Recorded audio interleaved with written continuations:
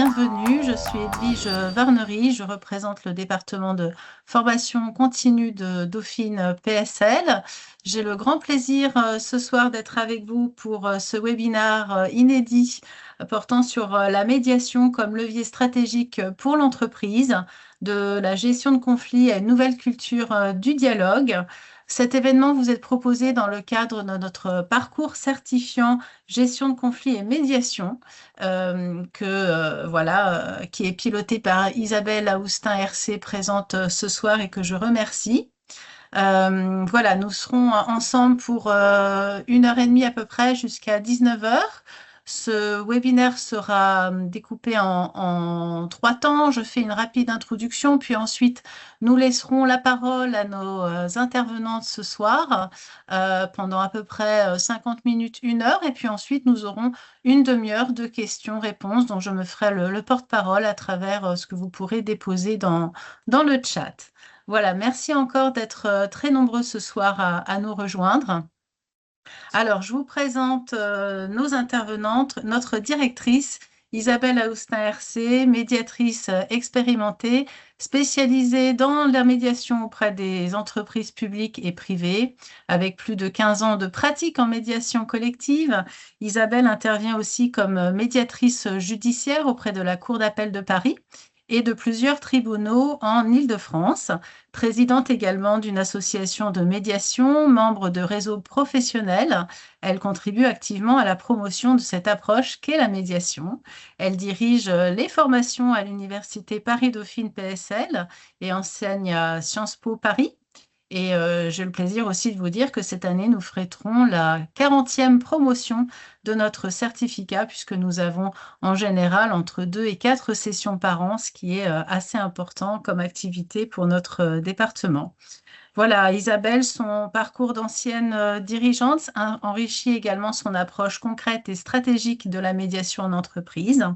Et voilà, elle est donc le porte-parole de ces programmes en médiation au sein de Dauphine.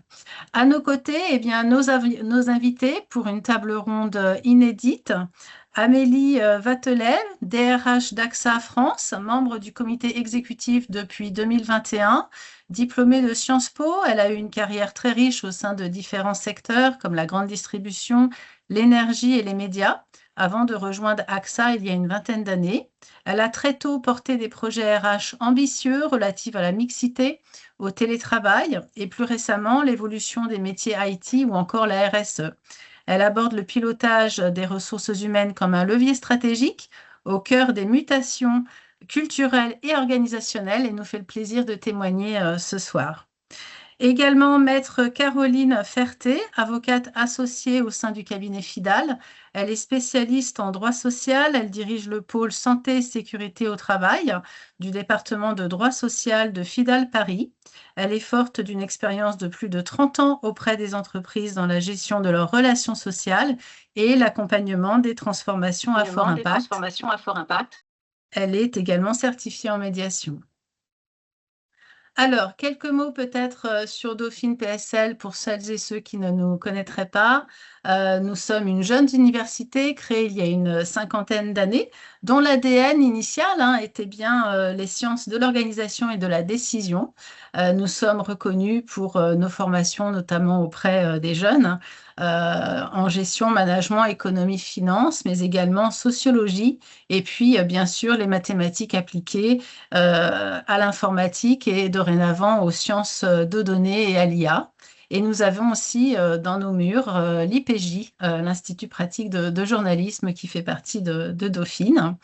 Dauphine, eh bien, c'est aussi 3 lettres, PSL, Paris Sciences et Lettres, qui nous permet aujourd'hui d'être dans une galaxie de nombreuses écoles et classées à l'international, avec une habilitation EQUIS, qui nous permet aussi de porter cette couleur internationale et d'être classé dans les rankings, et donc de favoriser l'employabilité de tous nos diplômés, que ce soit en formation initiale ou formation continue. Et nous avons aussi tout un écosystème entrepreneurial avec un incubateur, une fondation que vous connaissez peut-être, et puis des campus aussi à Londres, à Tunis et plus récemment Dakar, pour asseoir notre rayonnement à l'international. Voilà la galaxie PSL. Vous aurez reconnu des noms assez prestigieux comme l'École des Mines qui fait partie de notre univers. Et puis voilà, le SPCI en chimie et bien d'autres encore. Et puis nous avons des partenariats aussi avec des instituts de recherche importants. Et la formation continue dans tout ça, eh bien, nous formons des cadres, des dirigeants, des experts dans plus de 120 programmes aujourd'hui, du certificat jusqu'au MBA en passant par l'executive master. Nous avons aussi des MBA spécialisés et nous formons aussi à travers des formations sur mesure pour des grands groupes ou des ministères, des organisations publiques, au management et aux soft skills, les dirigeants qui souhaitent nous confier le développement de leurs compétences. Et parmi ces soft skills, il y a de plus en plus des sujets comme la médiation, le coaching ou encore l'intelligence relationnelle qui reviennent au regard de la complexité et des enjeux, des défis auxquels sont confrontées toutes les organisations aujourd'hui. C'est pour ça que notre séminaire ce soir est plus que d'actualité. La médiation, on le sait, est devenue un levier stratégique pour les entreprises pour nous orienter collectivement vers une nouvelle culture de dialogue. Et donc, c'est avec plaisir que je vais passer la parole à Isabelle Aoustin-Hercé pour vous présenter plus en détail notre expérience et puis l'expérience aussi de nos intervenantes ce soir qui nous font le plaisir de témoigner. Mesdames, c'est à vous. Merci beaucoup, Edwige, pour cette introduction, effectivement, qui place bien le débat. Merci à tous d'être présents avec nous et vous êtes nombreux et ça fait vraiment plaisir parce que je vois bien que le sujet est très impactant et très important pour tout le monde. Juste pour commencer, juste pour vous parler de cette difficulté et pourquoi on a besoin de nouveaux leviers et d'outils, effectivement, de mon point de vue, c'est que, et de mon point de vue de médiateur surtout, parce que finalement, c'est toutes les situations que j'observe en entreprise dont je vais vous parler ce soir, et c'est pour ça que je suis d'autant plus convaincue de la médiation d'ailleurs, c'est que déjà, on parle de situations de complexité. Et cette complexité, c'est ce qui a remplacé, je dirais, les situations juste compliquées. Quand on parle de complexité, ça veut dire que les difficultés relationnelles articulent le plus souvent une multitude de facteurs. Il y a des facteurs professionnels au conflit, des facteurs personnels, psychologiques, sociaux, environnementaux, économiques, et l'ensemble est complexe forcément à gérer puisqu'on ne sait même pas ce qui est le plus important ou l'autre et jusqu'où ça va et quelle est la réalité pour la personne qui se dit en difficulté, effectivement. Et donc, c'est déstabilisant non seulement pour les personnes qui sont en souffrance, mais aussi pour tout leur environnement, voire les personnes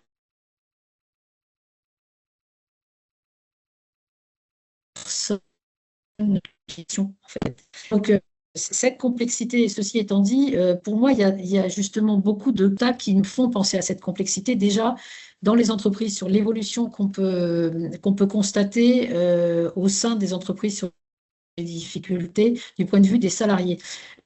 D'abord, partons du principe que chacun a sa propre perception et sa réalité. Ça, c'est quelque chose que vous avez sans doute déjà perçu, et notamment concernant sa propre relation avec les autres.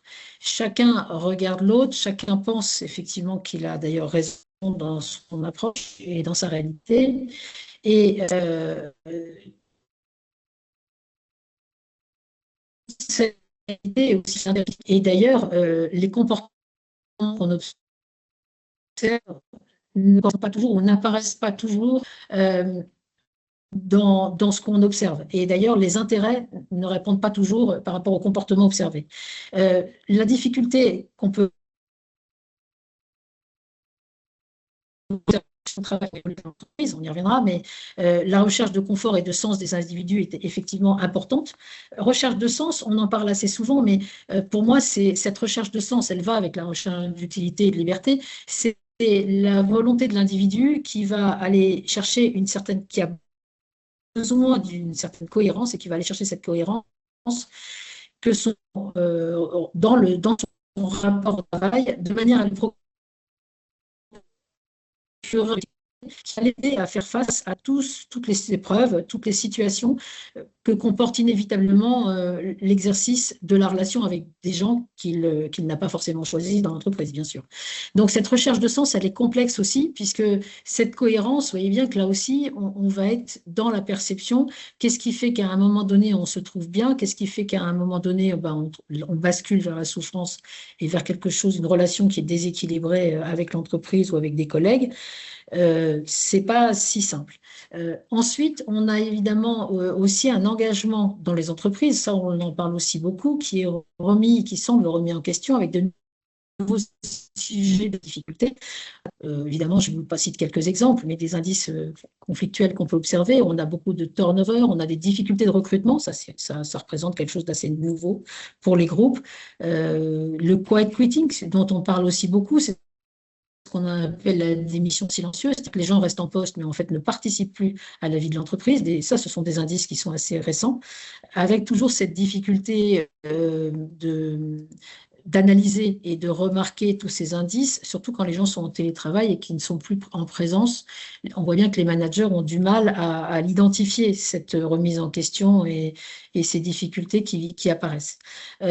Un autre sujet, c'est effectivement une montée des incivilités, montée de la conflictualité, avec un sentiment toujours d'impuissance des managers, des RH et des IRP qui se retrouvent en train d'essayer de gérer des situations sur lesquelles il est difficile de maîtriser à la fois les raisons et puis la façon dont on peut trouver des solutions. Du coup, beaucoup d'insatisfaction et puis surtout, et des frustrations bien sûr, et puis surtout, alors même qu'on voit en entreprise se développer beaucoup d'outils nouveaux, de la qualité de vie au travail, des conditions de travail, on essaie effectivement de progresser en ce sens, des outils. Parallèlement et très paradoxalement, on voit aussi une montée donc des risques psychosociaux, des souffrances en tout cas exprimées, des difficultés et puis des frustrations. Alors, les règlements de tout ça, en général, on assiste à des règlements individuels avec une prise en compte de l'individu au cas par cas, mais pour le coup, ça pose d'autres difficultés. Là aussi, on voit bien que la montée de cette complexité passe aussi par des changements d'environnement dans l'entreprise. L'entreprise vit des défis qui sont là aussi assez nouveaux, je dirais, par rapport à la difficulté de gestion des relations, que ce soit pour l'individu ou pour l'entreprise, de quelques points de vue qu'on se place.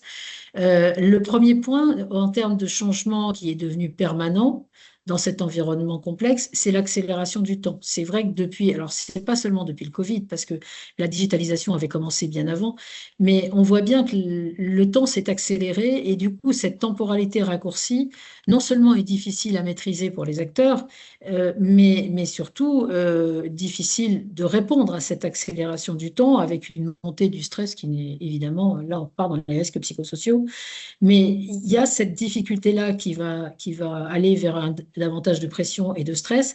Il y a un autre effet, c'est que chaque individu derrière son écran, par exemple pour les mails ou même organiser des réunions, on voit bien une montée de l'impatience.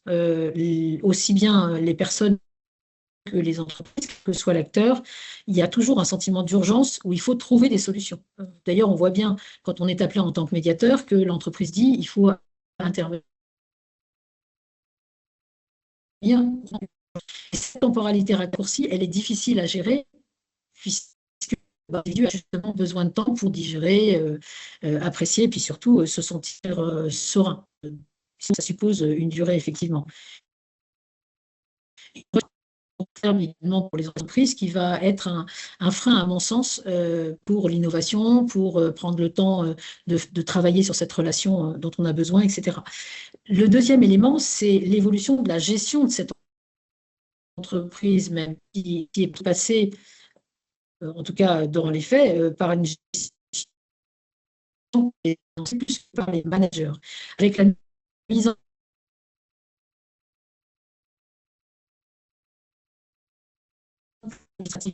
salariés, ce qui fait que du coup leur travail a évolué et puis d'intérêt ou en tout cas de recherche de sens. Avec une accélération surtout, je l'ai déjà dit, mais sur la recherche de résultats à court terme, évidemment. Le troisième point, c'est effectivement la prise en compte des individus. C'est ce que je vous disais tout à l'heure. C'est vrai que comme on voit que les individus, ça devient plus complexe à gérer, cette difficulté, eh bien, du coup, les solutions qui sont trouvées dans la difficulté de gestion des relations, ce sont des solutions qui vont être individuelles, qui vont être du sur-mesure. Sauf que ces solutions sur mesure, d'une part, elles ne satisfont pas forcément tout le monde et dans la durée, on n'est pas sûr que ça fonctionne, d'autant plus qu'on ne sait pas ce que je vous dis tout à l'heure, qu'est-ce qui se jouait finalement entre les personnes. Mais l'autre effet, c'est que la difficulté qu'on a dans les pour le collectif. Comment gérer une équipe qui ne se croise plus beaucoup, comment tenir compte du collectif, comment les délégués du personnel, les instances justement pour accompagner ce collectif, et la place du manager, évidemment, pour gérer son équipe, est évidemment aussi difficile. Et on retrouve ce côté, effectivement, en difficulté des managers aujourd'hui qui ne savent plus, qui se posent beaucoup de questions sur comment je gère toutes ces difficultés. Donc, on se retrouve vraiment dans cette situation-là, dans lequel ces changements, dans lequel cette évolution nécessite de réfléchir autrement. Cette complexité fait que analyser les éléments, analyser les faits, comme par exemple on peut le faire dans des enquêtes, ou apporter des solutions, ne suffisent plus dans cette situation complexe. On a à chaque fois un problème à la fois de connaissance, puisqu'on ne connaît forcément pas tous les faits et on ne maîtrise pas ce qu'il y a dans la tête des gens, je vous l'ai déjà dit. Et donc, dans les sujets relationnels qui vont être des sujets subjectifs, c'est tout de même très difficile. Et également un sujet de compétence du reste, parce que comment on fait pour analyser et aider les gens avec les connaissances qu'on a, quelle que soit la manière dont on regarde le sujet, ou on regarde la difficulté rencontrée, ou les faits, on ne maîtrise pas le sujet.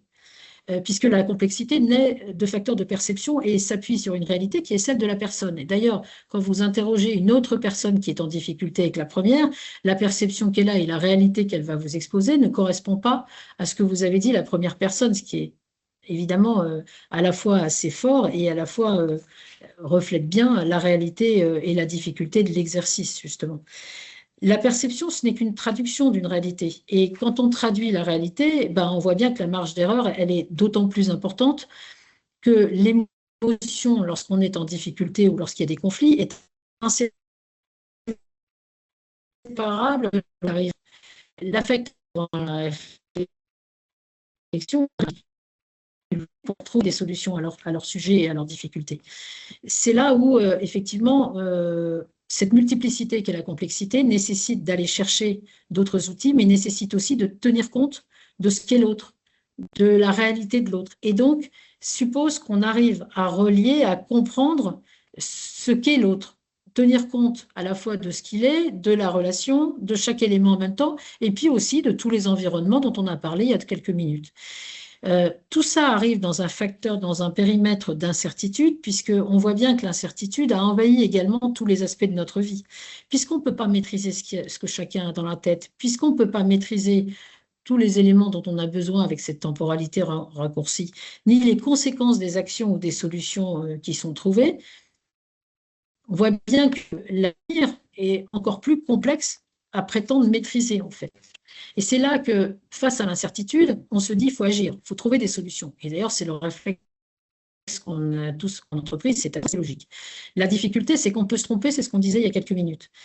Ben, la difficulté dans la matière de gestion de conflits, c'est que justement, pour moi, il faut accepter de se tromper, en fait. Et donc, les solutions qui vont être trouvées ne sont pas forcément les bonnes. C'est bien ça la difficulté. Et on voit bien qu'à chaque fois qu'il y a de l'incertitude, ça crée de l'angoisse, ça crée de l'insécurité.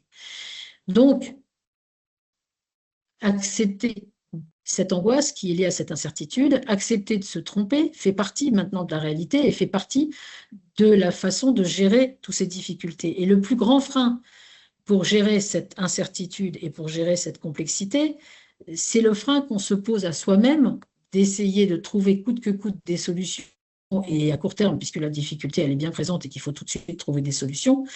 Mais le risque est réel dans tout ça de passer à côté à la fois de l'ensemble du problème ou de chacun. Enfin, c'est très compliqué. Du coup, pour régler les conflits, en fait, pour trouver des solutions et pour aider les entreprises aussi bien que les individus à régler les difficultés relationnelles rencontrées, on voit bien qu'on n'a pas d'autre choix que de passer par la compréhension humaine de ce qu'est l'autre, passer par l'autre en fait.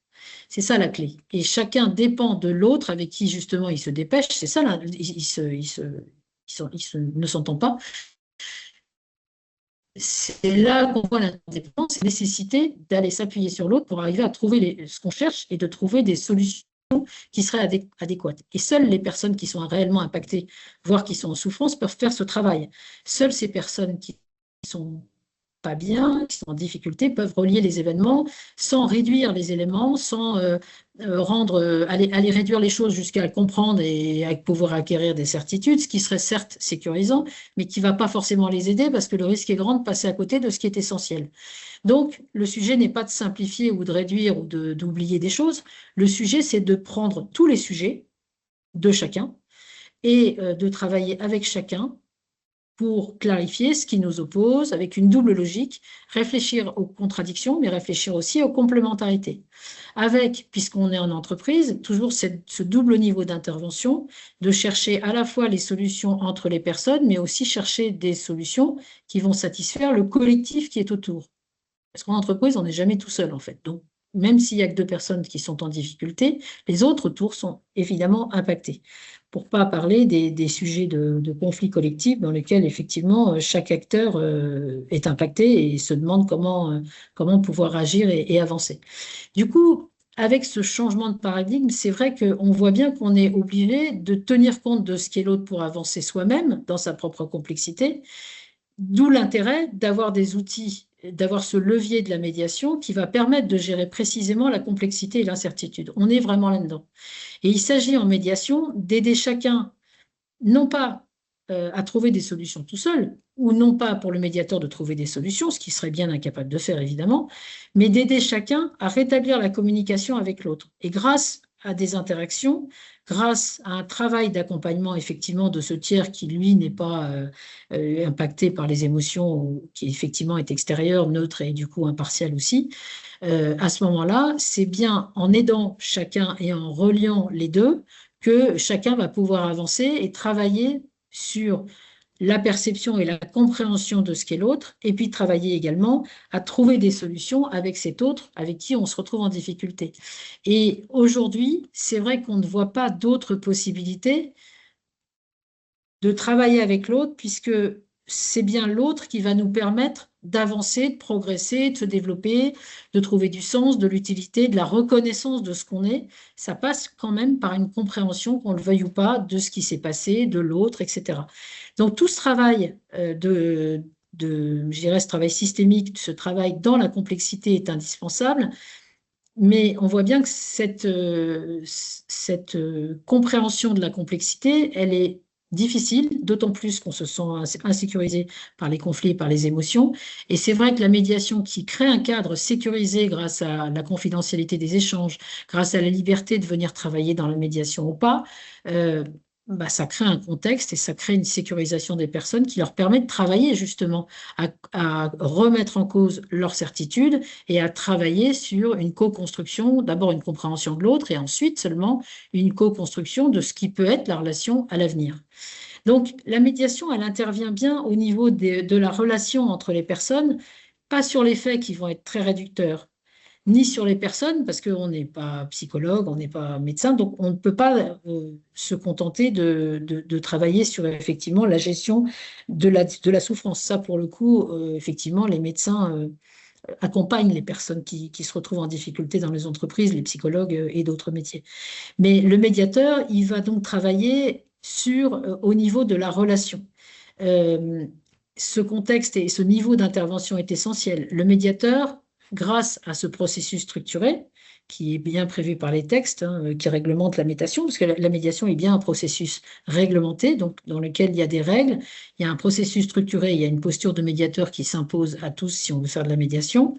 À ce moment-là, le médiateur va aider chacun à partir de cet autre qu'il n'aime pas, à douter de ses certitudes quelque part, à travailler, à clarifier sur ce qui l'oppose à l'autre, mais aussi à ce qui les rapproche, sans réduire cette complexité. Et puis ensuite, on va travailler sur les intérêts et les enjeux de chacun et aider les parties à prioriser, bien sûr, ensuite. Et puis ensuite, beaucoup plus simple à ce moment-là de chercher avec l'autre des solutions, qui est là, on retombe un petit peu plus sur ce qu'on fait d'habitude. C'est-à-dire qu'une fois que tout est clair, bah, c'est plus facile de trouver des solutions quand on comprend en quoi consistait le désaccord, vous voyez.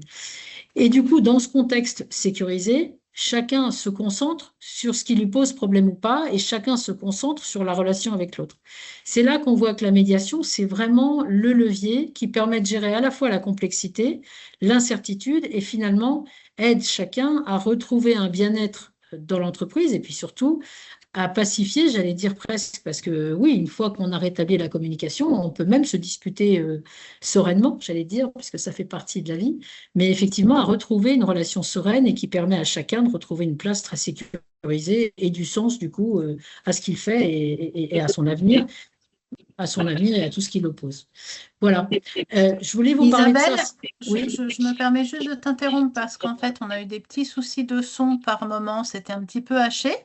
Ah, zut. Ouais. Du coup, si je résume les 3 défis auxquels la médiation concourt finalement à travailler et à sortir positivement, complexité, incertitude, bien-être et communication, est-ce que c'est un petit peu rapide comme résumé? Bah, c'est un bon résumé. Merci Edwige, c'est parfait. Effectivement, c'est un bon résumé et je voulais faire cette approche extrêmement Désolée générale. pour les petits soucis de son, il y a encore quelques petites hachures. Ah oui, effectivement. Voilà. Bah, merci Edwige, j'espère que ça va fonctionner suffisamment bien, en tout cas pour le son. Je vais passer la parole maintenant en fait à Caroline Ferté, donc, qui va nous faire un point, qui est formée donc, à la médiation au sein de Certificat, qui s'est formée également, hein, qui connaît très bien tout ça. Je voulais vous faire un petit focus assez large parce qu'on part effectivement d'une approche très globale qui va aller vers ensuite les individus et qui va travailler avec chacun. Donc, Caroline, si tu veux bien prendre la parole, et puis je t'interromperai pour te poser quelques questions au fur et à mesure, si tu veux bien. Avec plaisir. Bonsoir à tous. Ravie d'être avec vous comme ancienne de ce certificat de la médiation, justement, que j'ai la chance de suivre à Paris-Dauphine et en lien avec l'IFOMEN il y a quelques années. Voilà. Et donc, c'est vrai, ainsi que vient de le dire Isabelle, les conflits en entreprise aujourd'hui, ça coûte cher en énergie, en engagement, en performance. Et pourtant, il y a des outils pour les prévenir qui existent, mais on fait le constat qu'ils sont trop peu utilisés. Et la médiation interne, c'est un exemple vraiment très frappant parce qu'elle reste encore trop souvent méconnue et elle devrait pourtant être appelée à connaître un essor particulier en droit du travail. Alors, ainsi que le disait Isabelle, la médiation conventionnelle, c'est aujourd'hui encadré par les textes. On a un décret en fait du 20 janvier 2012 qui l'a intégré donc dans notre code de procédure civile. Et donc, effectivement, ainsi que vous le disiez Isabelle, c'est tout processus structuré par lesquels deux ou plusieurs parties tentent de parvenir à un accord en dehors de toute procédure judiciaire en vue de la résolution amiable de leurs différends avec l'aide d'un tiers choisi par elles qui accomplit sa mission avec impartialité, compétence et diligence. Et ce tiers, donc indiqué dans le texte, ça renvoie bien sûr au médiateur. Donc, on a une application particulière de cette médiation conventionnelle en droit du travail, en droit social, essentiellement autour des conflits individuels du travail, avec tout ce qui concerne le contenu du contrat de travail, son exécution et aussi sa rupture, et également une application de la médiation conventionnelle, alors peut-être un peu plus confidentielle, concernant le règlement des conflits collectifs, dont Isabelle est aussi une experte. Et pour étayer cette conviction, je vais m'appuyer sur ce que j'observe au quotidien dans ma pratique d'avocat conseil en droit social, sur les évolutions jurisprudentielles et aussi légales à venir. Alors justement, en tant qu'avocat conseil d'entreprise en droit social, comment est-ce que tu décrirais l'état des relations au travail aujourd'hui? Alors, comme tu disais, Isabelle, tu insistais beaucoup donc, sur la complexité et les incertitudes. Et c'est vrai que tout cela, ça engendre une conflictualité qui monte, tenant à des raisons structurelles profondes. Et il y en a quatre, à mon avis, qui sont majeures. C'est la digitalisation, effectivement, qui accélère les rythmes, dématérialise les relations. Donc, c'est vrai qu'aujourd'hui, on a beaucoup de contacts. Par contre, on rencontre de moins en moins les personnes, je dirais, en présentiel. Et donc, la relation humaine devient plus rare. Voilà. La deuxième tendance de fond, c'est aussi le télétravail. Il a rendu ce qu'on appelle les signaux faibles quasi invisibles pour les managers parce que quand les difficultés apparaissent, souvent elles sont déjà bien enquistées, bien installées et du coup c'est plus difficile de trouver des solutions au point que en 2025, les entreprises sont revenues un peu en arrière dans leur pratique du télétravail. Une entreprise sur 10 a réduit le nombre de jours de télétravail autorisés. C'est ce qui ressort d'une étude de l'APEC là, qui vient de sortir en mars 2026. La troisième impact, c'est l'intelligence artificielle qui transforme les organisations à grande vitesse. Et comme tout sujet de conduite du management, eh bien, ça nécessite des ajustements parce que ça peut créer des tensions, tous ces bouleversements. Voilà, il faut que les salariés puissent s'adapter. La quatrième tendance de fond, c'est la polarisation, à l'instar de la société civile qui se retrouve dans les communautés de travail. On voit qu'entre les générations, entre les métiers, entre ceux qui sont présentiels, ceux qui sont en télétravail, eh bien, tout ça rend plus difficile les collectifs de travail qui ont tendance à s'effriter et avec un peu le sentiment d'appartenance à une communauté de travail qui s'érode. Et puis, donc, on observe du coup une montée des incivilités, une conflictualité qui cherche à s'exprimer et c'est pas toujours des voies appropriées qui sont empruntées. Voilà, et tout ça, ça m'amène à mon deuxième point. Je voudrais faire un petit focus en fait sur. Ouais. Je ne sais pas si tu m'entends, vous m'entendez, Si, je je ne sais pas si ça marche bien, mais si on t'entend. Ouais, alors du coup, est-ce que tu observes des dérives dans l'usage des alertes, par exemple, pour le harcèlement moral? Si tu veux nous faire un petit focus sur ce sujet-là, ça serait intéressant. Oui, alors bien sûr, en préliminaire, je veux dire que le harcèlement moral, c'est un phénomène très grave hein, quand il est réel. C'est vraiment une souffrance grave et une réalité incontestable, malheureusement. Mais ce que j'observe également, c'est que l'alerte pour harcèlement moral qui a été mise en place, vous savez, avec ces dispositifs d'alerte professionnelle, aussi les signalements Sapin 2, elle devient aussi parfois un instrument qui est détourné de sa finalité première de faire la clarté sur la situation, mais elle est utilisée comme un instrument de pression, un levier pour régler des désaccords internes, négocier un départ, inverser un rapport de force. Et cette instrumentalisation silencieuse produit des dégâts considérables dans les entreprises et notamment le management est très déstabilisé. Parce on se retrouve avec des responsables d'équipe qui sont mis en cause pour des décisions qu'ils ont prises et qui sont pourtant bien légitimes. Et puis, la peur d'être accusé à tort et à travers finit par paralyser leur action. Et du coup, voilà, il y a des confusions entre exigences professionnelles et violence, confrontation et maltraitance. Et peu à peu, du coup, la posture managériale devient suspecte d'emblée et par nature.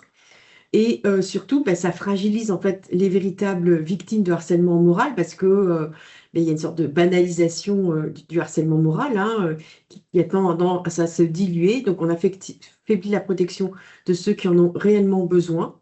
Et puis aussi, il y a un troisième dommage qui est le fait que, à la suite d'un signalement pour harcèlement, l'employeur, conformément à ses obligations, va enclencher une enquête interne qui va constater finalement qu'il n'y a pas d'absence de harcèlement moral, mais cette enquête interne, par son processus, elle va laisser des traces et des effets dévastateurs sur les équipes qui vont avoir du mal à retravailler ensemble. Donc après, il faut reconstruire les équipes parce que la défiance s'est installée.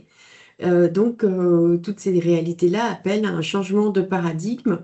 Et déjà, même la jurisprudence, on va voir, elle est en train d'évoluer sur cette question de la nécessité ou pas de l'enquête. Alors justement, qu'est-ce que la jurisprudence récente change concrètement pour les entreprises? Ça, c'est effectivement important aussi. Alors, on a deux évolutions majeures qui dessinent un nouveau paysage autour de l'enquête, deux évolutions majeures dans la jurisprudence. La première va dans le sens d'une moindre systématisation pour l'employeur d'avoir à diligenter une enquête interne. Je m'explique. En fait, on a eu notamment un arrêt de la Cour de cassation du 12 juin 2024 qui a dit que l'employeur n'est pas nécessairement obligé de mener une enquête interne suite à un signalement pour harcèlement moral ou pour risques psychosociaux. Il suffit qu'ils prennent les mesures nécessaires et suffisantes pour traiter la question et préserver la santé des salariés. Donc, il y a des alternatives à l'enquête.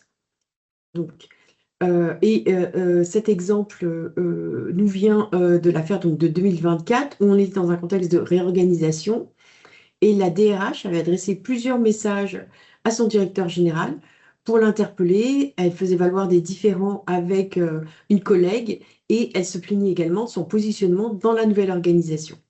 Et le directeur général lui a répondu, lui a fourni des explications, et il n'a pas lancé d'enquête, et ça a été validé, cette approche, par la Cour de cassation. Donc on voit que l'enquête interne aujourd'hui n'est plus un passage obligé, c'est un outil parmi d'autres, activé avec discernement uniquement lorsque la situation l'exige réellement.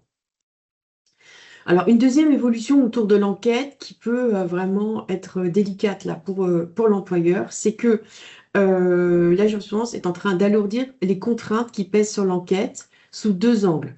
D'abord, sous ce qu'on appelle le droit d'accès aux données personnelles des salariés, et également sur le fait que la jurisprudence considère que s'il y a un choc émotionnel, par exemple lié à la tenue des entretiens dans le cadre des enquêtes internes, ce choc émotionnel pourrait constituer un accident du travail. Alors d'abord, je reviens sur le droit d'accès aux données personnelles, qui a quand même des limites, vous le verrez.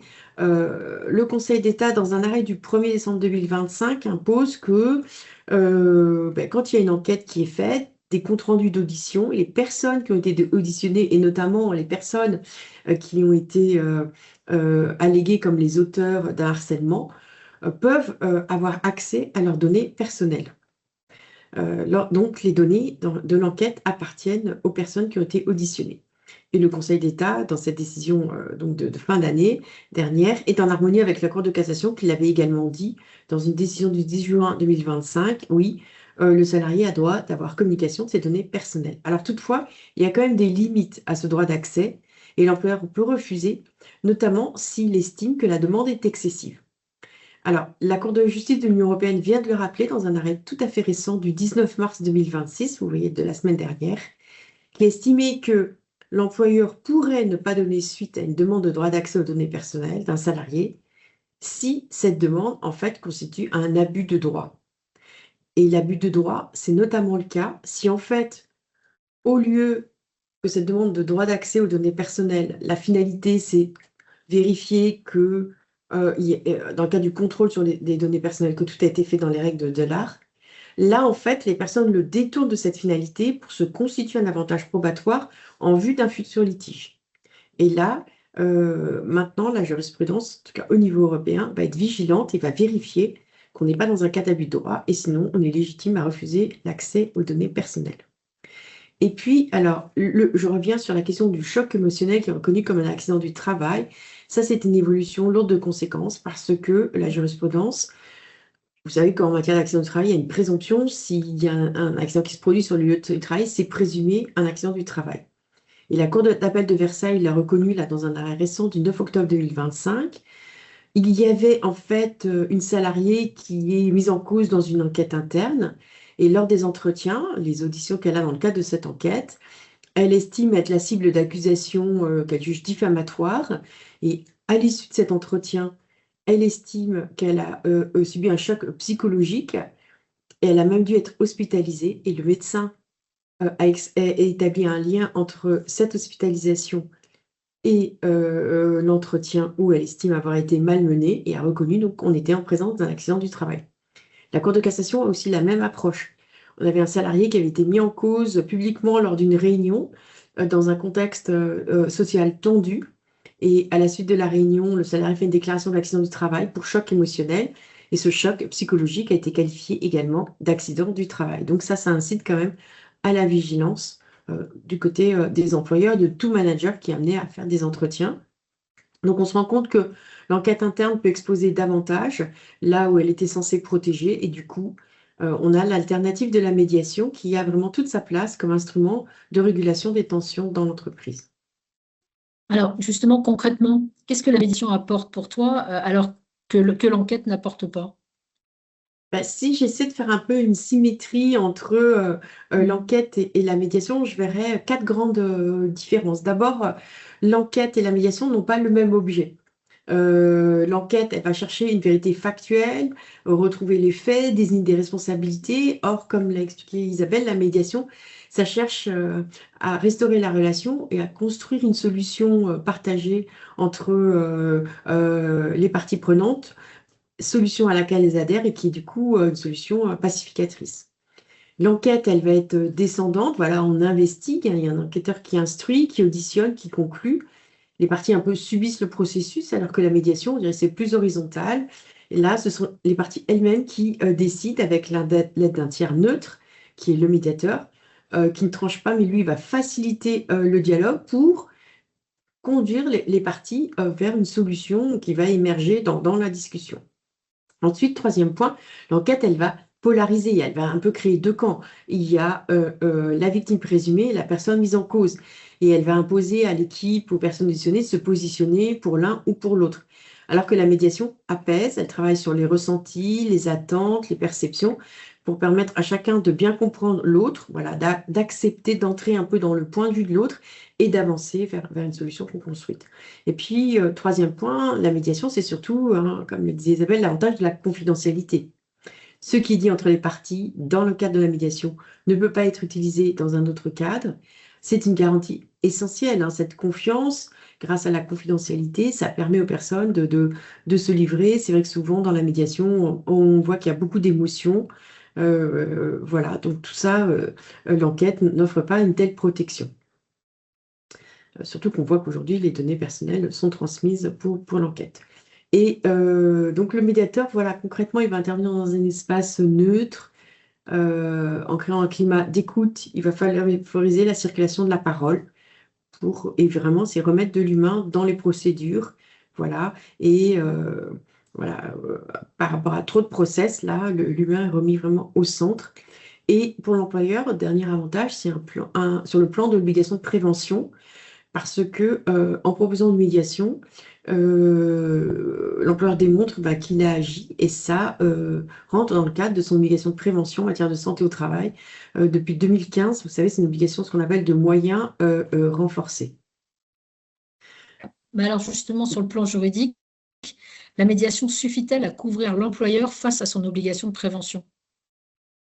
Alors, depuis 2015, c'était un arrêt Air France. La Cour de cassation considère que l'employeur n'est pas tenu de ce qu'on appelle en droit une obligation de résultat, mais simplement d'une obligation de moyens renforcés. C'est-à-dire que si il mobilise un certain nombre d'outils de mesure, eh bien, on ne va pas lui reprocher, si malheureusement le risque se réalise, on sait que le risque zéro n'existe pas, mais par contre, on verra qu'il avait pris des précautions.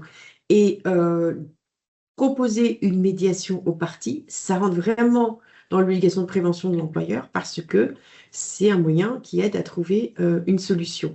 Et il y a même une évolution législative en cours qui va accentuer, je pense, le rôle de la médiation.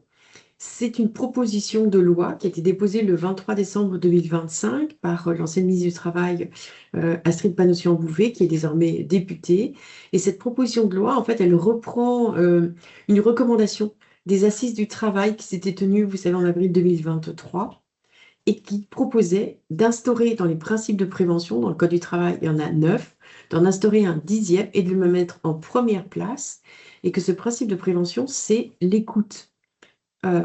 D'écouter les travailleurs sur la technique, l'organisation du travail, les conditions de travail et les relations de travail. Donc l'écoute, vous voyez, va devenir aussi une obligation légale et la médiation, elle est vraiment fondée sur cette écoute. Donc on sera vraiment au cœur de l'obligation de prévention de l'employeur avec la médiation. Oui, c'est effectivement, ce sont des évolutions importantes. Au-delà de la gestion des risques, la médiation peut-elle être un levier de performance pour l'entreprise? Oui, absolument. Et des entreprises pionnières qui se sont engagées dans la médiation l'ont concrètement démontré. Ainsi, par exemple, Orange a mis en place une mission nationale de soutien à une médiation dès 2011, dans la foulée d'une crise sociale grave. Et de son côté, Air France aussi, qui était confronté à une conflictualité importante, a déployé un dispositif de médiation conventionnelle en 2018. Et d'ores et déjà, on a du recul avec ces entreprises, on a des résultats mesurables, une réduction significative des contentieux. euh, Également, voilà, un climat social plus apaisé, une restauration de la motivation des équipes par rapport à ce que nous disait Isabelle sur le fameux quiet quitting.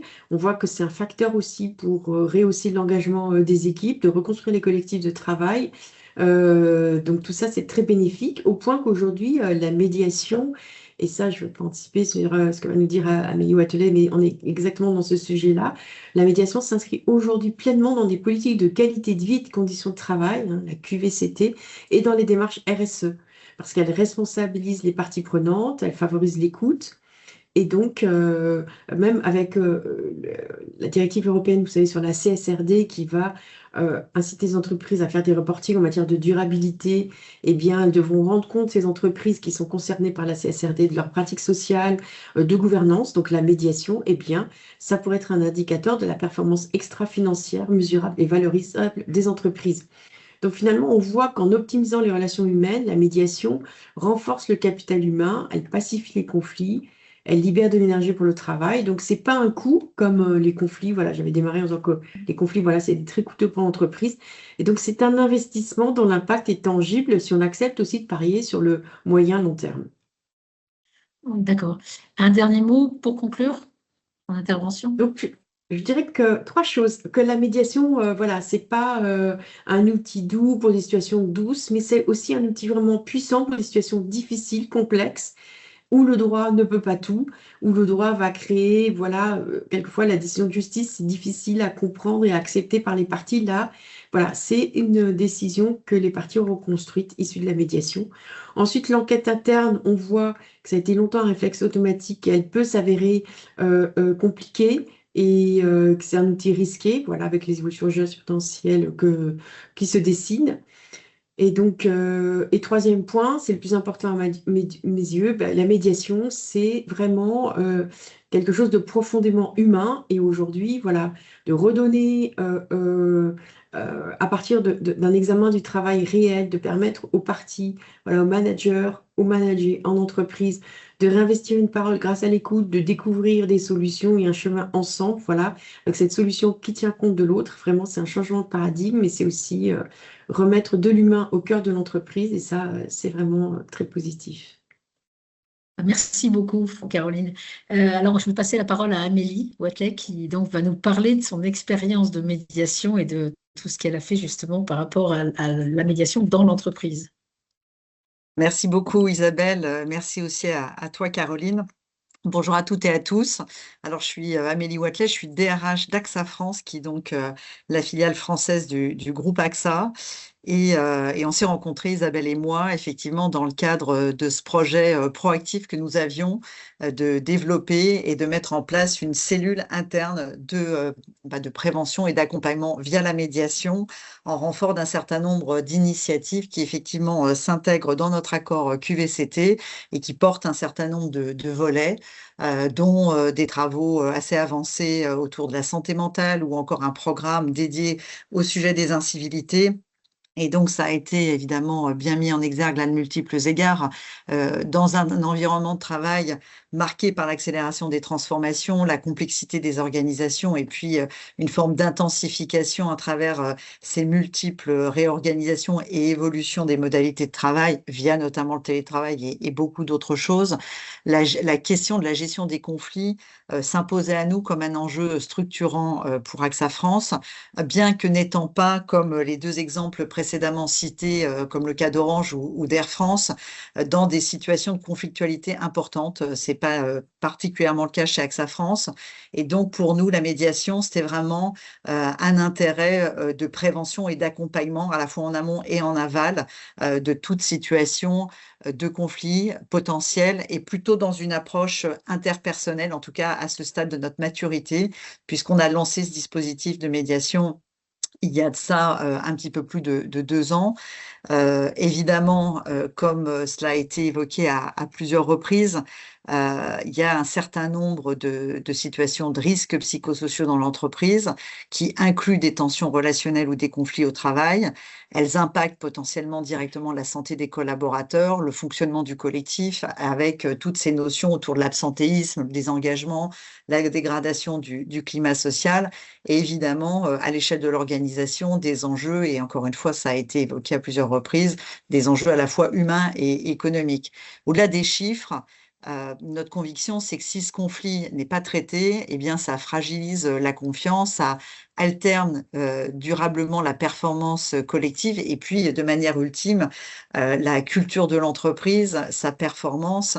Et s'agissant d'AXA France, nos équipes ont des carrières, des trajectoires au long cours, puisqu'on a des équipes qui restent extrêmement longtemps dans l'entreprise. Donc, savoir les accompagner dans ces moments de vie ou ces moments de difficulté fait aussi de manière inhérente partie de notre pacte social et de la manière dont on a souhaité faire évoluer notre stratégie RH.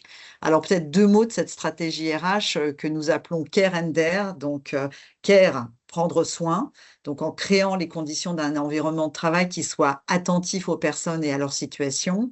Dare, oser, c'est-à-dire encourager l'expression, ce dialogue, la capacité à traiter les sujets, y compris les sujets les plus sensibles, comme c'est le cas, bien entendu, dans les situations dont nous parlons. Donc, c'est dans cet esprit qu'il nous a semblé évident que la médiation et la gestion de ces tensions pouvaient être abordées sous un angle différent, un peu différent, effectivement, que celui des investigations ou du traitement, je dirais, purement juridique, mais qu'au contraire, on pourrait aborder des situations, enfin, surtout des modalités différentes sous un angle, comme je le disais, de traitement ou de prévention. Donc pour nous, la médiation, bah, ça reste un dispositif innovant. Ça a été dit, Isabelle, à plusieurs reprises, probablement insuffisamment présent dans les politiques RH et dans les groupes, mais avec cette conviction qu'elle peut apporter beaucoup dans la prévention, dans le traitement de ces situations, tout en renforçant la responsabilisation et l'engagement des collaborateurs. Ça a été dit, et c'est une conviction forte là aussi, puisqu'ils sont en situation de co-construire une solution qui leur corresponde, avec laquelle ils soient le plus en accord possible. Et ça, je crois que c'est très important aussi quand il s'agit de réengager le dialogue, quand il s'agit de réengager la collaboration au sein du collectif et de l'entreprise. Pour nous, c'est un outil précieux qui consiste à proposer, en réponse à l'augmentation de ces risques psychosociaux ou de ces enquêtes, qui peuvent effectivement avoir des effets délétères sur les collaborateurs, et donc nous permettre de restaurer la dynamique des équipes ou la dynamique individuelle. Voilà, donc vous l'aurez compris, cette initiative s'inscrit pleinement dans le cadre de nos actions en faveur de la qualité de vie au travail, et elle doit contribuer à instaurer un environnement de travail qui soit plus serein et plus respectueux, mais aussi plus collaboratif, avec un certain nombre d'initiatives, dont la médiation. Cet accord QVCT, eh bien, nous l'avons négocié en 2024, renégocié, devrais-je dire, avec un accord signé par plusieurs de nos organisations syndicales, c'est CFDT d'une part, CFE, CGC d'autre part. Et pour nous, cela consacre l'importance du dialogue social et de cet échange autour de dispositifs qui favorisent des modes de résolution qui soient apaisés, équitables, mais aussi responsabilisants. Et donc, vous l'avez compris, nous avons fait le choix d'un modèle d'entreprise qui privilégie la parole, la compréhension mutuelle, mais aussi la co-construction de solutions avec ce dispositif de médiation. Donc, c'est une approche dont nous reconnaissons la solidité vraiment en interne, qui se met en place petit à petit. Donc, je crois qu'il y a vraiment un message autour de la progressivité de la mise en place. Évidemment, il s'agit de pouvoir répondre à plusieurs enjeux autour de la qualité du climat de travail, de la performance collective, de l'engagement des équipes. Et donc, nous avons pris un certain nombre de partis pris, si je puis dire, dans les modalités que nous avons retenues pour mettre en place ce dispositif à travers effectivement un choix Évidemment, la mise en place des principes clés que vous connaissez fort bien, parce que moi aussi, j'ai eu la chance de faire cette formation de grande qualité, et donc qui s'appuie sur un certain nombre de principes éthiques extrêmement clairs. Donc évidemment, le principe premier qui est celui du volontariat. La médiation ne peut fonctionner que si les parties choisissent absolument librement d'y entrer. Le second, bien entendu, la confidentialité, indispensable pour garantir un espace de parole qui soit sécurisé et qui permette une expression sincère de la part des médiés. Bien entendu, à cela s'ajoute l'impartialité et la neutralité du médiateur qui doit assurer un traitement équitable des situations ainsi qu'une exigence extrêmement forte d'écoute et de qualité du dialogue.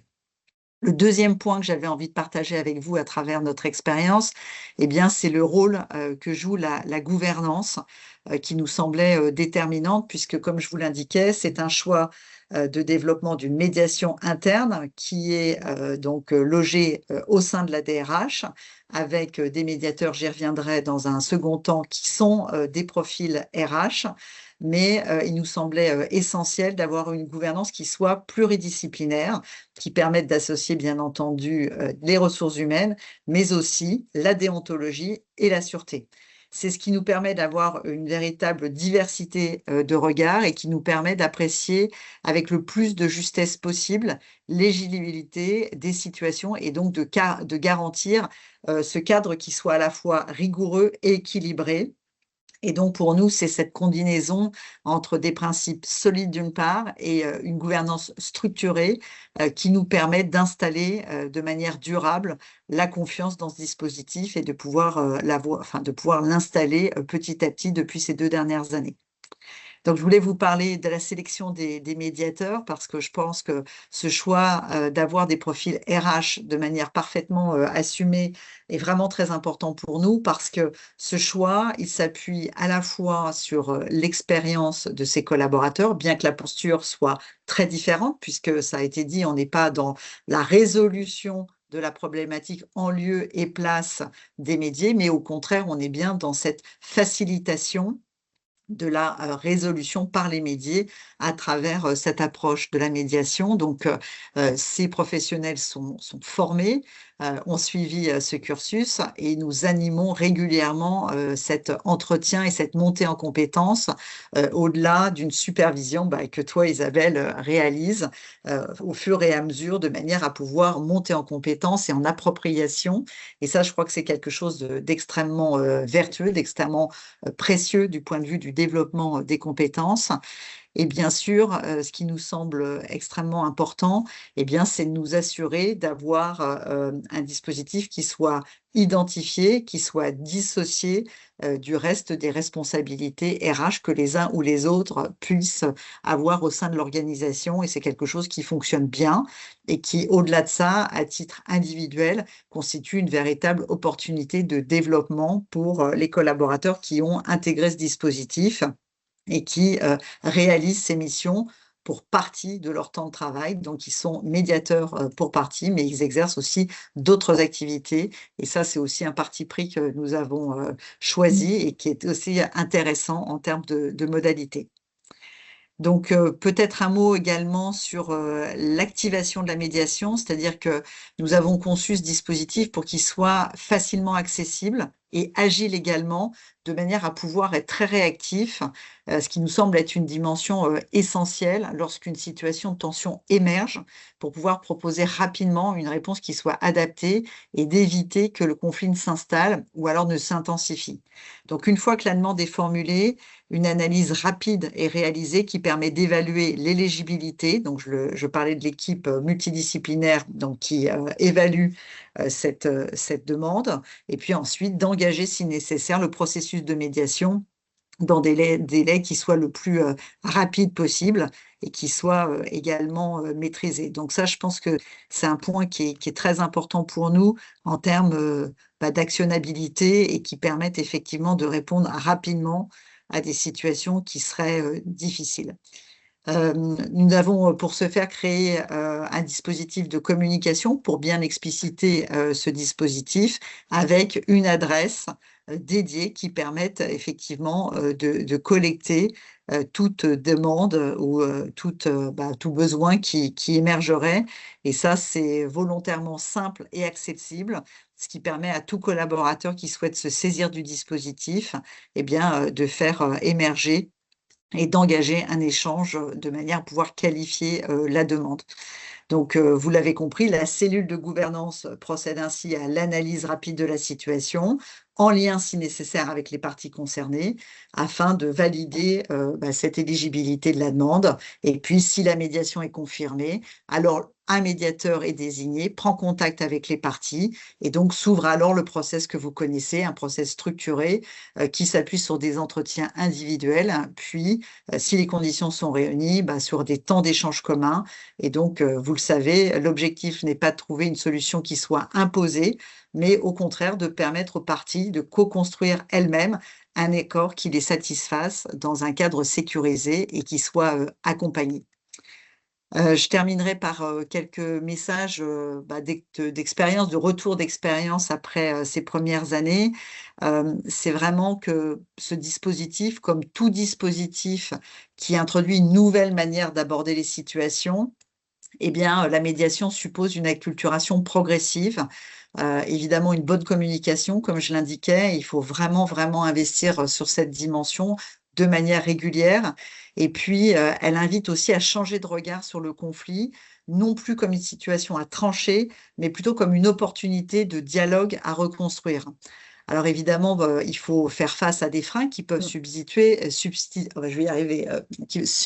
pardon, et notamment des interrogations que peuvent avoir les collaborateurs sur les conséquences potentielles d'un recours à la médiation. C'est-à-dire les gens vont s'interroger sur l'impact éventuel de l'utilisation de la médiation sur leur carrière, ou encore la perception par l'environnement professionnel, ou bien encore la bonne compréhension des bénéfices concrets du dispositif. Voilà, autant de questions qui émergent et qui montrent bien qu'il y a un besoin d'appropriation, un besoin de pédagogie, de communication, je me répète, mais je crois que ce message est essentiel pour bien rappeler que la médiation est avant tout un outil au service des collaborateurs, dont la priorité est de rétablir des conditions de travail qui soient sereines. Et je crois que ce qui est vraiment très positif et engageant, c'est que progressivement, au fur et à mesure que le temps passe et que cette pratique s'installe, eh bien, les retours d'expérience diffusent au sein du collectif, que la confiance petit à petit s'installe, et nous l'espérons et nous en sommes convaincus, que le dispositif trouve pleinement sa place dans la culture d'entreprise et soit reconnu pour cette capacité à remettre l'humain, qui est essentiel évidemment, au cœur de la résolution de ces tensions. Voilà, et puis je terminerai sur ce dernier point qui est aussi un peu le lieu de cette conférence ce soir. Eh bien, c'est la formation des médiateurs, parce que cette formation, elle constitue le pilier central, de la qualité du dispositif.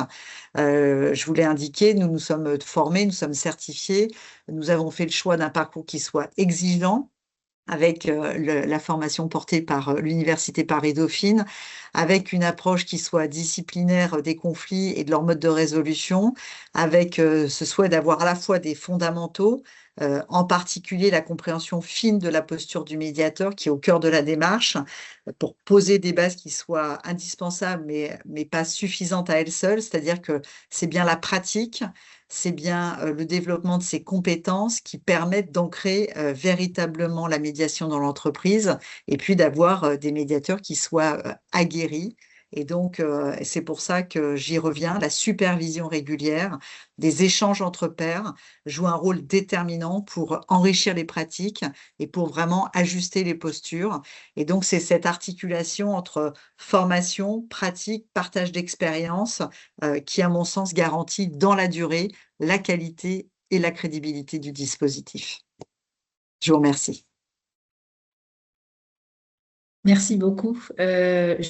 Juste un mot, je te passe la parole, Edwige, pour les questions. Ce que j'ai entendu, et c'est merci beaucoup à Amélie et puis Caroline pour vos interventions, parce que, vous voyez, on la médiation pour gérer les conflits. D'ailleurs, vous en parlez, vous en parlez, Caroline et Ali, sur la prévention, c'est de l'accompagnement, c'est de la gestion de conflits, que chacun trouve sa solution. On voit bien que la médiation va s'adapter, et donc c'est pour ça que je parle de stratégie de mise en place de la médiation en fonction des besoins de l'entreprise, les relations dans des conditions pérennes. On ne t'entend plus, Isabelle, malheureusement. C'est très haché. Mais ça va là? Oui, ça coupe un petit peu. Pardon. Mais ça coupe.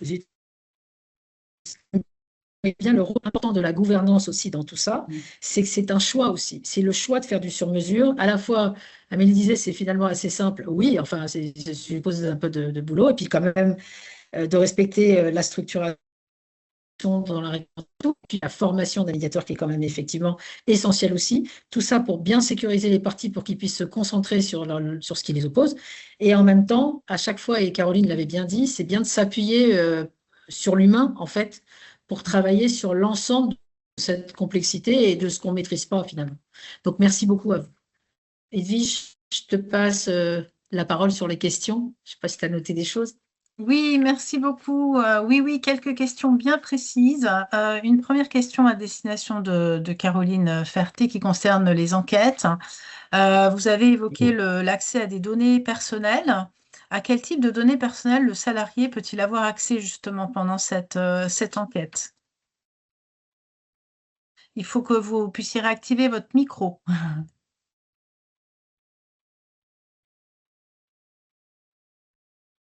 Il ne veut pas. Voilà, oui, je l'avais coupé pour Voilà. que parasite. Voilà. Oui, merci Edwige. Oui, en fait, dans l'enquête, en fait, il y a un document assez sensible qui sont les comptes rendus des auditions. Généralement, les personnes mises en cause, en fait, demandent, via le droit d'accès aux données personnelles, l'accès à ces comptes rendus. En tout cas, dans l'arrêt du Conseil d'État de décembre 2025, c'était ça l'objet des demandes d'accès aux données personnelles. Voilà, notamment. Excusez-moi, j'avais à mon tour coupé. On parle d'une situation présumée de harcèlement, on est d'accord, hein? C'était dans ce cadre-là. Oui, quand il y a des allégations alors, de harcèlement ou d'autres types de situations dégradées qui feraient l'objet d'une enquête, hein. Ça peut être aussi, on critique un management voilà, qui serait malveillant, ou il y a souvent l'expression management toxique, qui est un terme un peu générique, on ne sait pas très bien ce que ça recouvre, mais en fait, à la personne qui saisit le dispositif d'alerte, de bien qualifier les faits, là aussi, hein, il y aura de bien décrire les faits. Après, la cellule qui recueille ces signalements va examiner leur recevabilité et voir si, par rapport au champ d'application de l'alerte, on est bien dans un cas. Donc, il y a notamment le harcèlement, mais il peut y avoir aussi des sujets de discrimination. Voilà. Merci. Alors, une autre question qui est assez transversale sur à la fois la formation du médiateur et les situations qui rentrent dans le cadre de la médiation, donc peut-être pour Madame Vatelet. Qu'est-ce qui rendrait une situation éligible à la médiation chez vous? C'est-à-dire quels sont les critères d'éligibilité de la demande? Et finalement, comment vous arrivez à évaluer si une situation relève plutôt de la médiation, du coaching ou bien pourquoi pas, d'un accompagnement de type psychologie, accompagnement par un professionnel externe, dans le cadre de la relation individuelle? Parce qu'après, j'aurais d'autres questions qui concernent plus l'approche collective. Alors écoutez, nous, on a une approche qui est très large. Bien entendu, un des aspects essentiels, c'est de bien vérifier en amont justement qu'il n'y a pas une enquête interne, hein. On l'a évoqué, mais c'est souvent potentiellement des sujets qui peuvent se connecter ou s'entrechoquer. Donc ça, c'est assez évident. mais on a une approche qui consiste vraiment à accueillir la problématique. Et puis, souvent, lorsqu'il s'agit de relations interpersonnelles, hein, je le disais tout à l'heure, comme je l'indiquais, on a commencé depuis 2 ans, on est surtout, jusqu'à présent, intervenu avec la médiation dans le cadre de relations interpersonnelles, avec ce souhait d'avancer via le dialogue et la médiation. Donc, on balaye large, on ouvre la discussion, et puis effectivement, en fonction, on avance de manière la plus pragmatique possible. Comme je l'indiquais, c'est vraiment une pratique qui est récente.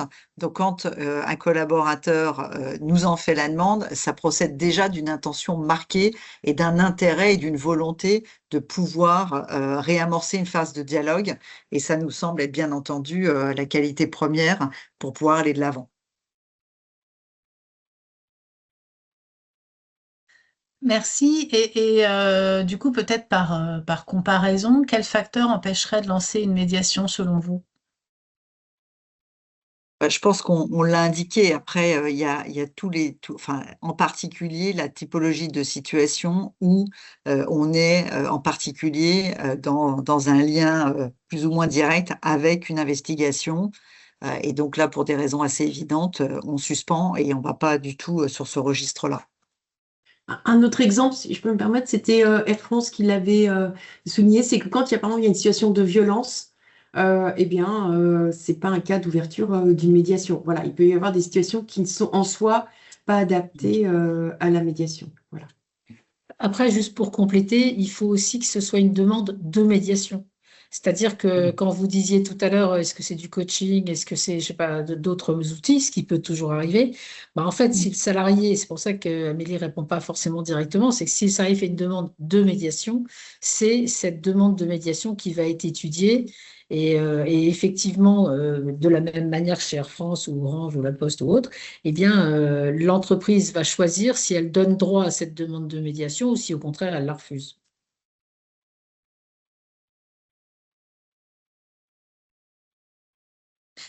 Du coup, sur un plan méthodologique, si on aborde l'approche collective, quelle comparaison vous faites, notamment en termes de personnes qui vont réaliser ces prestations, entre une approche de facilitation, de coaching d'équipe ou de médiation? Est-ce que la médiation intervient r- plutôt par expérience après un coaching d'équipe qui n'aurait pas fonctionné? Qu'est-ce qu'il en est notamment lorsque les tensions concernent une relation entre un manager et son équipe? Euh, Tu interroges qui là en fait? Isabelle ou Amélie, comme vous voulez, mais je pense que les deux regards peuvent être intéressants à la fois sur le cadre déontologique et puis la pratique que AXA peut avoir. Tu veux répondre, Amélie, et puis je réponds après ou... Oui, oui, volontiers. Bah, je pense que je peux donner un Mm. angle modeste sur notre expérimentation depuis 2 ans. Donc, comme je l'indiquais, nous, on est plutôt, jusqu'à présent, dans des médiations de situations interpersonnelles, donc moins de collectifs à proprement parler. En tout cas, c'est le fruit de notre expérience. On peut être amené à intervenir après justement une enquête, parce que, effectivement, en tout cas, de notre observation, 98% des enquêtes, des investigations concluent à des difficultés de management ou de mauvaises pratiques de communication. Donc, c'est souvent, bien entendu, des contextes qui sont dégradés et puis une investigation, ça laisse des traces d'un point de vue humain et relationnel. Donc, la médiation est une bonne manière, voilà, de relancer l'échange, de relancer la communication et la collaboration.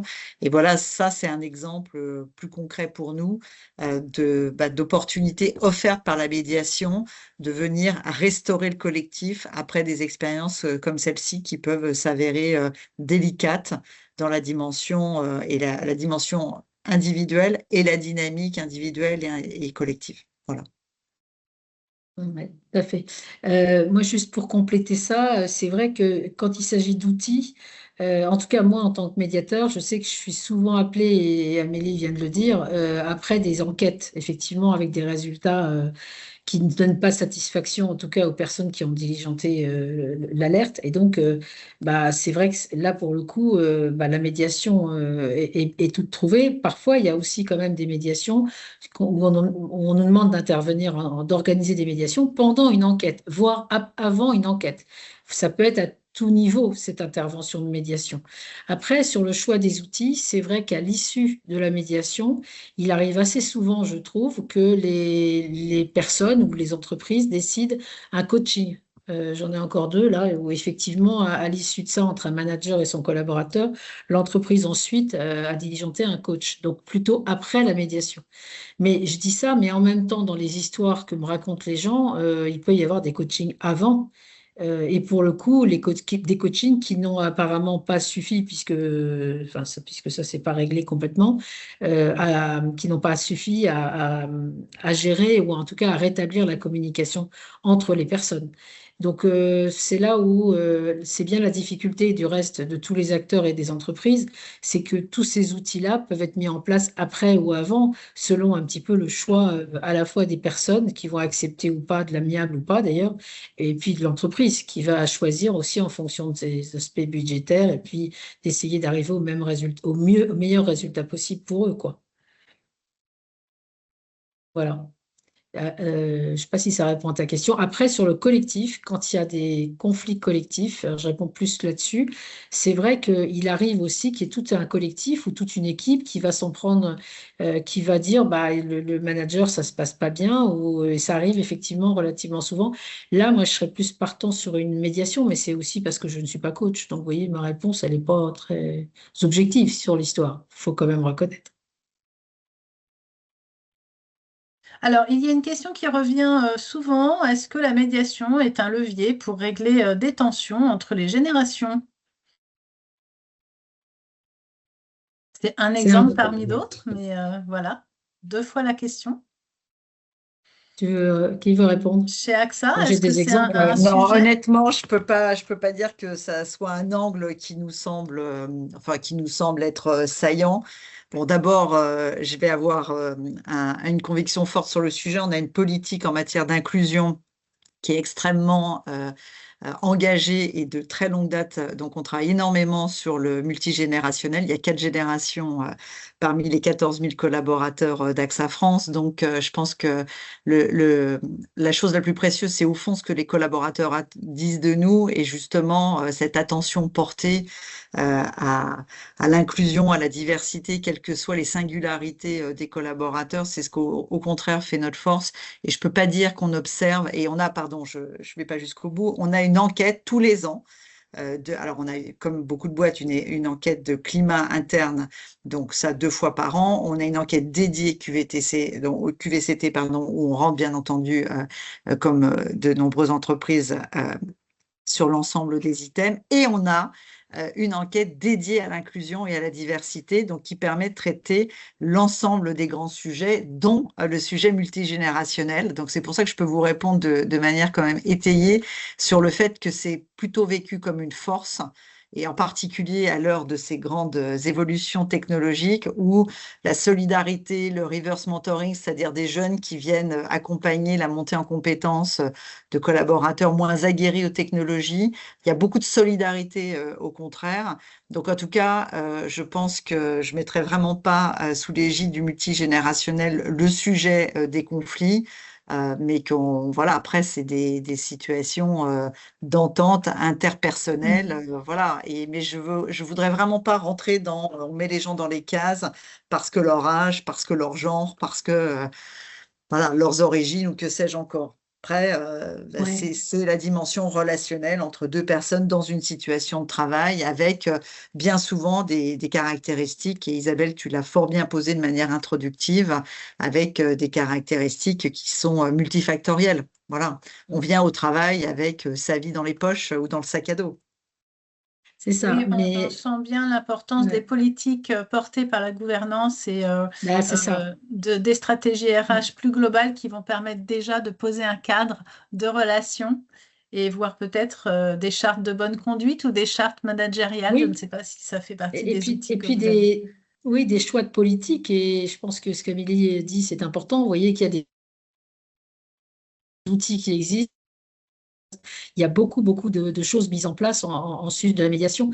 Mais moi, dans la gestion de conflits, expérience que j'en ai, oui, je rencontre effectivement des conflits dont ce que disent les personnes devant moi, c'est qu'elles peuvent avoir une origine plus générationnelle. Alors, il y a le sujet de la compétence, c'est vrai, dans lequel les plus jeunes peuvent ne pas reconnaître ou ne pas apprécier en tout cas le savoir-faire des aînés puisqu'ils ne touchent pas leur périmètre.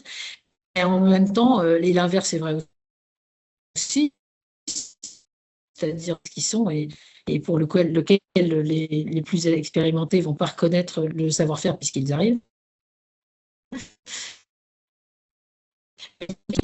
Des nouvelles personnes, c'est ce que je constate dans les cas que j'ai à rencontrer, et dans lesquels, effectivement, les plus expérimentés vont accueillir les jeunes, mais dès que les jeunes ont trouvé leur cadre et leur place, et pour le coup, ils volent de leurs propres ailes, et ça aussi, ça peut générer. Il peut y avoir conflit, et on voit bien que le sujet générationnel en est un parmi plein d'autres, en fait. C'est surtout la frustration qui va compter, finalement. Mais c'est vrai que la politique de l'entreprise peut aider beaucoup sur ces sujets-là, évidemment. Alors, une nouvelle question pour Caroline Ferté, qui nous vient d'Anissé. Merci d'avoir utilisé le chat. Qui se pose la question de savoir si, au regard des nouvelles lois qui viennent d'être votées et des évolutions en fait juridiques qui sont en cours, la médiation connaîtra un nouvel enrichissement en matière de prévention ou d'écoute. Est-ce que vous sentez le dispositif bouger? Alors, la médiation en elle-même, les principes sont déjà bien ancrés, mais si on insiste sur le principe de l'écoute en entreprise, la médiation devient un outil, voilà, au service de cette écoute. Donc, ça sera un nouvel angle aussi qui renforcera l'attrait pour la médiation. Mais sur le processus même de médiation, ça ne va pas changer, mais c'est plutôt le contexte de développement de la médiation qui ne pourra être que favorisé par ces évolutions en cours. Ça va renforcer l'attractivité de la médiation, je pense. Voilà. Espérons-le. Oui. C'est ça, ça va dans ce sens-là, quoi, en fait. Alors, je crois qu'on a fait le tour des questions. Je repasse rapidement en revue. On a parlé de l'approche individuelle et de l'approche collective. Moi, j'avais envie quand même de vous entendre, peut-être Isabelle, sur qu'est-ce qui fait la spécificité de la médiation collective et dans quel cas suggères-tu d'y avoir recours? Sur la médiation collective, en fait, il y a plusieurs sujets dans celui-là. C'est qu'il peut y avoir un groupe en difficulté, effectivement, parce que quand on parle de médiation collective, il s'agit d'une médiation avec plusieurs individus. Et ce nombre d'individus peut être extrêmement important. Ça peut être tout un service important dans une usine, ça peut être 50 personnes, ça peut être 100, 200 personnes. Et voilà, le collectif peut être extrêmement important ou peut ne représenter que 3 ou 4 personnes dans un service. Et en médiation, soit effectivement, imaginons, on est appelé pour une difficulté entre deux personnes et on se rend compte très rapidement, parce que les gens le disent et on s'appuie toujours en tant que médiateur sur ce que disent les gens, qu'il y a des acteurs, des tiers qui ne sont pas dans l'histoire, dans la médiation et qui pourtant sont des acteurs dans ce sujet de conflit. Et du coup, avec l'autorisation évidemment de tous les acteurs, on fait rentrer des tiers petit à petit. Vous voyez. Et puis, il y a d'autres types de médiation collective auxquels on est appelé par rapport à un groupe qui se retrouve en difficulté. Et là, en ce moment, j'en ai vraiment énormément. Et effectivement, on a d'un groupe en difficulté à différents titres. Je peux parler effectivement dans une usine, dans des CSE aussi, avec des sujets de difficultés relationnelles qui viennent impacter tous les périmètres et tout ce qu'on a dit tout à l'heure. Et donc, ces médiations collectives, ça signifie que du coup, il faut tenir compte à la fois, quelle que soit l'origine ou quels que soient les sujets évoqués, il faut tenir compte impérativement, à mon sens, de chaque individu, mais aussi des relations entre les individus, c'est-à-dire les interactions. En d'autres termes, il faut tenir compte à la fois du collectif, de l'ensemble et de chaque individu. Et on voit très vite que le collectif a besoin de chaque individu, mais en même temps, c'est un sujet part entière. Et souvent, on voit des gens, cet après-midi encore, j'étais avec une personne à qui j'ai dit, finalement, vous, si je comprends bien, vous allez intervenir sur le plan collectif dans le groupe. En revanche, à titre individuel, de ce que j'entends, vous dites que vous n'avez aucune difficulté, ni avec la directrice, ni avec qui que ce soit, par exemple, vous voyez. Et donc, à chaque fois, on va devoir identifier à quel moment les personnes peuvent aider. Et donc, on va organiser toute une stratégie de manière à ce que chacun puisse trouver sa place progressivement. Et je parle vraiment de stratégie parce qu'il y a un ordre dans lequel il faut recevoir les gens ou dans lequel il faut les interroger. Et parfois, on se trompe. Voilà, il faut vraiment réfléchir. Et avec les acteurs, c'est le plus simple, en fait. Donc là, par exemple, j'en ai une avec une DRH et puis son adjoint et son équipe. Eh bien, pour le coup, on a décidé tout ensemble, les deux personnes et moi, finalement de commencer à travailler ensemble sur leur relation. Et ensuite, on s'intéressera à l'équipe elle-même qui est aussi en difficulté. Mais après, on a établi une priorité. Pourquoi? Pour plein de raisons assez subjectives, il faut le dire, mais on s'est mis d'accord ensemble. Voilà, donc ça rejoint un petit peu une question qui a été soulevée par Samira. J'en fais un peu le parallèle, mais ça sent le vécu, donc je vais te la livrer telle qu'elle est écrite, mais je pense que tu y as partiellement répondu. Quel pourrait être le rôle du middle manager qui tente de faciliter une relation conflictuelle entre un DG et les équipes opérationnelles? Quelle est la place de ce DG? Est-ce qu'on peut le considérer comme finalement, alors elle a utilisé le terme bras droit du médiateur, ou est-ce que c'est un acteur à part entière, comme un autre, de la médiation qui est lancée? Pour moi, en fait, l'idée, quel que soit son poste ou l'acteur, parce que là, c'est un très bon exemple, justement, les managers se retrouvent souvent effectivement intermédiaires. Mais pour moi, il s'agit pour ce manager de se servir de tous les outils de la médiation pour appréhender son rôle et effectivement intervenir. Et ça veut dire qu'il peut se servir évidemment de la posture, du processus structuré, des outils de communication, etc. En revanche, il ne peut pas être médiateur, à mon sens, dans le sens réglementaire du terme, parce que la confidentialité des échanges, par exemple, va lui poser problème, notamment quant à l'obligation de résultats sur la santé ou de la sécurité des personnes. Avec ce qu'il entend pendant l'entretien, ça va être compliqué pour lui de garder confidentiel s'il entend des choses qui vont toucher à la violence, au harcèlement, aux risques psychosociaux, etc. Vous voyez. Donc les rôles sont compliqués. Pour le coup, complexes parce que le manager, à la fois, va devoir intervenir quand même pour gérer les conflits de cette manière et en même temps ne peut pas s'appeler médiateur parce que ce n'est pas réellement de la médiation au sens juridique du terme qu'il va pratiquer, mais il va se servir de l'ensemble de tout ce qu'il a appris et de tous ses outils. Et rien que ça, c'est extrêmement précieux à mon sens parce que ne serait-ce que d'apprendre à écouter, d'apprendre à gérer les relations, etc., c'est vraiment des outils, à mon sens, tout à fait indispensables aujourd'hui, quel que soit le poste dans l'entreprise. On voit bien que le levier, il est nécessaire aujourd'hui. Oui, et j'en profite pour dire que dans notre certificat, pour exemple, on forme à la fois de futurs médiateurs qui ont choisi d'avoir cette activité-là, en plus d'une activité, par exemple, de consultant, et on accueille aussi des managers et des responsables RH. Donc voilà, on est bien dans un levier à disposition du management. Et y compris Merci. des gens qui ont d'autres jobs, par exemple des psychologues, par exemple des avocats, n'est-ce pas, Caroline, qui vont Oui. se servir dans leur travail de tout ce qu'ils apprennent, en fait, ce qui est très riche. Je pense vous avoir relayé toutes les questions. Merci beaucoup.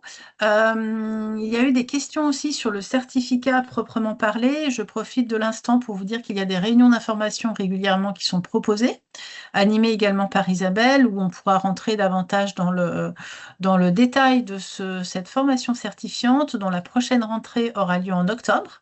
Donc n'hésitez pas à regarder les dates qui sont proposées sur nos sites. Je vous ai remis le lien. Et j'ai plus qu'à vous remercier en tout cas de votre participation.